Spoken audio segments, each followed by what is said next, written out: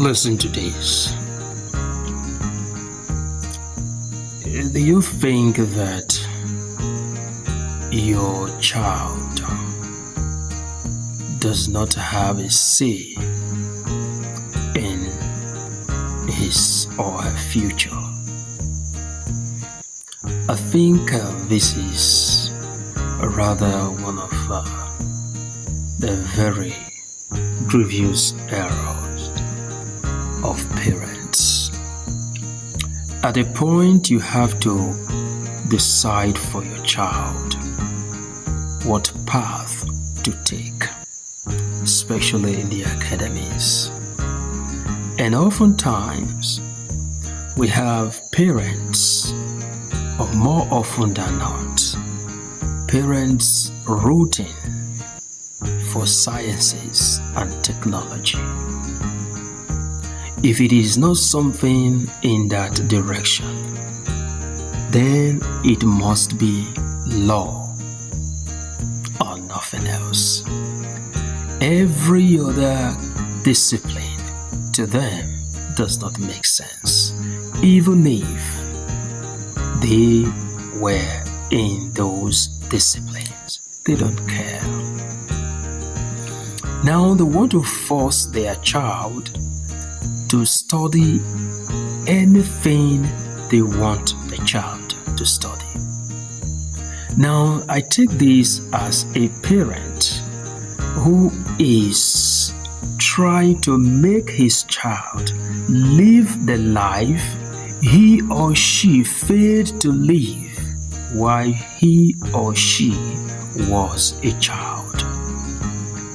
It does not make sense, because whether you like it or not, as a parent, you have limited time. You will not be there when that choice will be manifesting. You have to ask your child what his area of interest is. It is not for you to decide. It is the child's decision to make. You as a parent must play your role to guide, to direct, to advise, to counsel, to pray for your child to make the right decision. Not for you to decide for your child whether to be science or art. It creates a dilemma for children in school. Most of these children, they are not living their life. They are living the life of their parents. This is why you get confused by the time they manifest in certain ways, because you didn't give them the opportunity to live their life, to live themselves. You have always conditioned them to live according to you, in line of you, which is not good for children.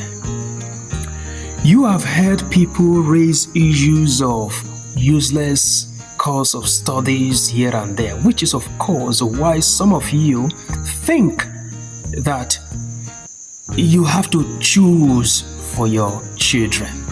Have you not, because you tie this whole thing to what is it now? You tie it all to financial success, material success in life.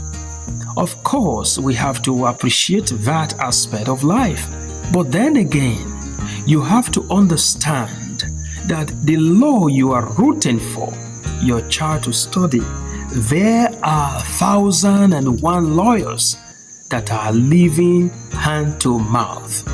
So success in life is not dependent on what you study. There are people who study sciences, We say we're in a jet age, computer age. We've had people, hundreds of them in thousands, that study computer engineering, programming here and there, that are struggling. Like most people you felt are struggling because they study art. There are a lot of these people jobless. So the issue is not about what you study. The issue about success in Nigeria is systemic.